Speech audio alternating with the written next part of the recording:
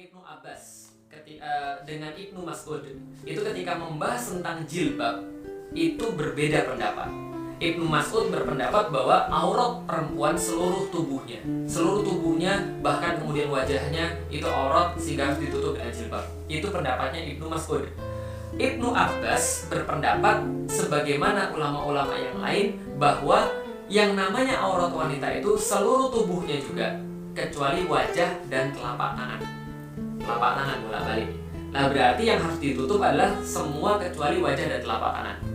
Mereka berbeda dalam memahami aurat perempuan, karena itu berbeda dalam memahami bagian mana yang harus ditutup dengan hijab atau jilbab atau kerudung tadi.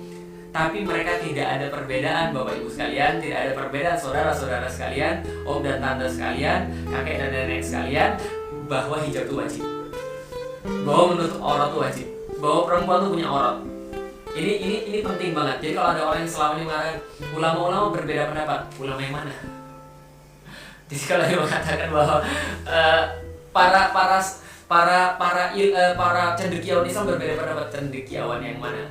Lalu kemudian kalau dikatakan tapi itu anaknya ustadz ini juga gak kerudungan, itu anaknya kiai ini juga gak kerudungan, itu anaknya penafsir Quran ini juga gak kerudungan. Kan sudah saya bilang, jangan menjadikan orang-orang sebagai sumber hukum. Sumber hukum kita ya Al-Quran dan Sunnah. Yang ngerti Quran dan Sunnah siapa? Rasulullah. Yang ngerti Rasulullah, paling ngerti Rasulullah siapa? Ya para sahabat. Para sahabat ini yang tadi saya bilang kadang-kadang berbeda pendapat dengan mengartikan detail sesuatu, tapi nggak pernah berbeda dengan kewajibannya. Contoh lagi misalnya, kalau seandainya ada orang yang nikah misalnya, lalu kemudian nikah itu cerai, masa kita nyalain nikahnya? Kan enggak. Kalau ada orang yang kerudungan, lantas kerudungannya itu kemudian tetap salah, apakah kemudian kerudungannya yang salah? Enggak, orangnya yang salah.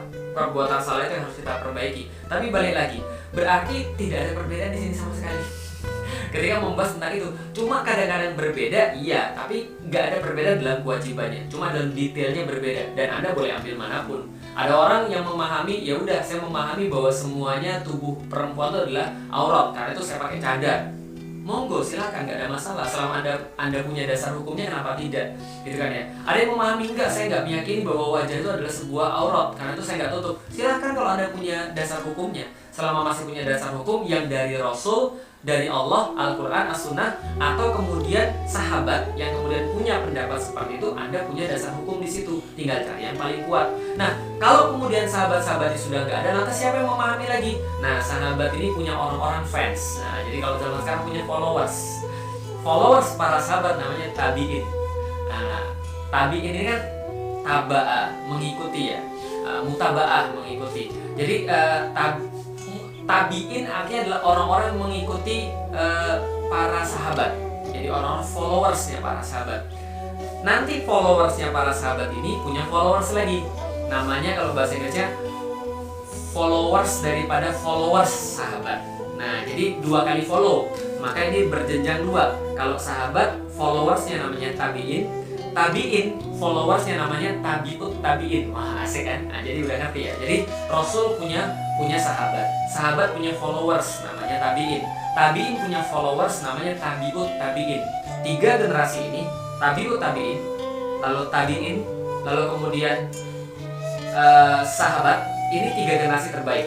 Maka kata Rasulullah, generasi terbaik adalah generasiku, lalu kemudian sesudahnya, lalu kemudian sesudahnya lagi. Atau generasi terbaik adalah Rasulullah kemudian mengatakan sahabatku, lalu followersnya, lalu followersnya.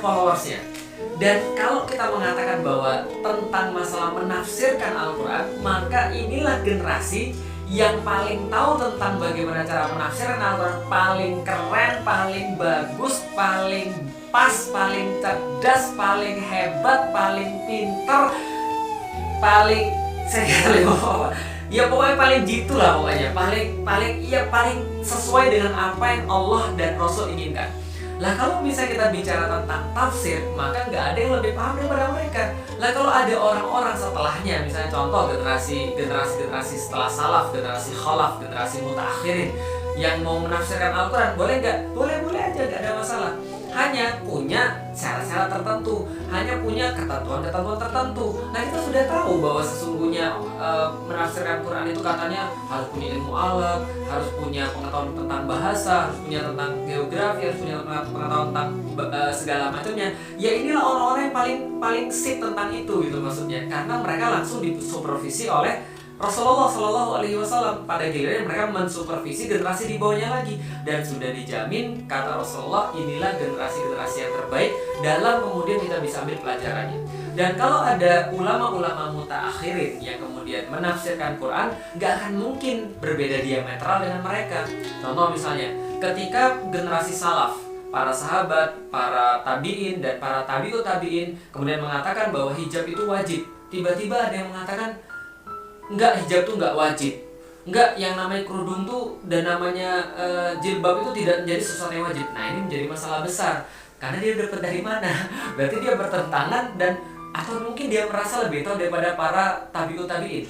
Merasa lebih tahu daripada tabi'in, atau merasa lebih tahu daripada sahabat, daripada Ibnu Abbas, Ibnu Mas'ud, lebih tahu daripada Rasulullah. Lah, pertanyaannya, lalu kemudian dari mana kemudian dikatakan Islam? Karena Islam itu adalah bagian Islam tuh punya ketentuan-ketentuan sehingga dia dikatakan ini adalah pandangan Islam. Berarti ketika ada orang yang mengatakan bahwa kerudung itu tidak wajib, itu bukan pandangan Islam. Karena dalil-dalilnya sudah jelas, penafsirannya kita sudah jelaskan tadi, bahwa yang menafsirkan yang paling autentik adalah Rasulullah. Rasulullah itu ngajarin pada para sahabat gilirannya akan kemudian mengajarkan pada para tabi'in. Para tabi'in itu akan mensupervisi para tabi'ut tabi'in. Ini semua adalah sesuatu yang sudah sangat jelas sekali. Berarti kalau ada sesuatu yang lain, nah ini pemikirannya dari mana? Ibaratnya kalau ada orang main bola tapi pakai tangan, yang ngajarin siapa? Aturannya dari mana? Itu bukan main bola tapi main yang lain. Tapi ini kalau MMA itu ada dalam bela diri, mixed martial arts. Ini adalah mixed ball, MB, ya terserah. Berarti itu bukan pandangan Islam lagi, gitu kan ya. Tapi pandangan sesuatu yang lain. Anda bisa bilang ini adalah pandangan liberal, Anda bisa bilang ini adalah pandangan orang-orang yang tidak puas terhadap agama, silahkan. Tapi jangan bilang bahwa ini adalah pandangan Islam. Mengenai kemudian budaya, Islam sangat bersahabat dengan budaya. Selama budaya itu tidak kita jadikan sebagai sesuatu yang berada di atas syariat. Tetapi budaya itu letaknya di bawah syariat.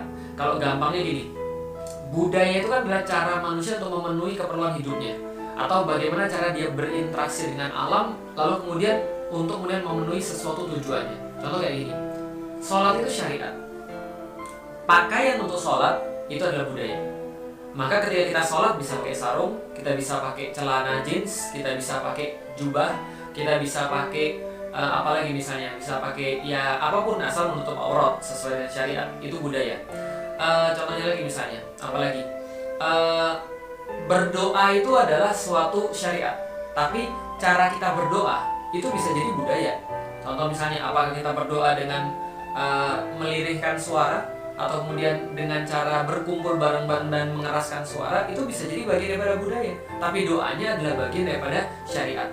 Berarti budaya selama syariat itu tetap berada di atasnya, nggak ada masalah. Berarti sudah jelas teman-teman sekalian, kita agak sulit menerima kalau ada orang yang mengatakan bahwa jilbab itu tidak wajib, kerudung itu tidak wajib, hanya karena mengatakan itu kan penafsiranmu, kamu terkungkung dalam penafsiran tekstual. Kalau saya penafsiran kontekstual, salah, itu bukan penafsiran, itu namanya ngawur. Jadi ngawur itu adalah ketika Anda tidak pakai aturan dalam mengartikan sesuatu, dalam melihat pada satu sudut pandang, itu namanya ngawur. Karena semua itu punya kerangkanya, Islam juga punya kerangkanya. Dan kalau misalnya kita begitu, ya taruhlah gini deh, kalau semuanya mau dipakai begitu, ya nggak usah ada syariat aja. Ya besok-besok sholat juga bisa dikatakan begitu. Oh, sholat itu tergantung geografinya dan tergantung waktunya. Berarti kalau zaman dulu di masa Arab itu ya, namanya sholat itu kenapa ada sholat 5 waktu? Karena waktu itu panas banget. Karena berdasarkan pergantian matahari, dan matahari itu menandakan waktu. Karena sekarang sudah ada handphone, sudah ada jam, ya kita bisa untuk apa aja sholat terserah kita. Oh, dulu tuh 2 rakaat tuh karena orang baru bangun tidur jadi capek. Jadi kalau misalnya kita nggak bangun tidur atau ada orang shift, dia sholat yang harus duanya adalah sholat maghribnya, karena dia pulang kerjanya jam 1 pagi misalnya. Sehingga ketika dia tidur, dia gak usah sholat asar, dia gak usah sholat zuhur, dia sholat maghrib aja. Itu anggapnya kayak subuh. Ya gak bisa gitu. Kalau misalnya semuanya kita pakai dengan cara kayak tadi, nggak ada syariat di dalam Islam.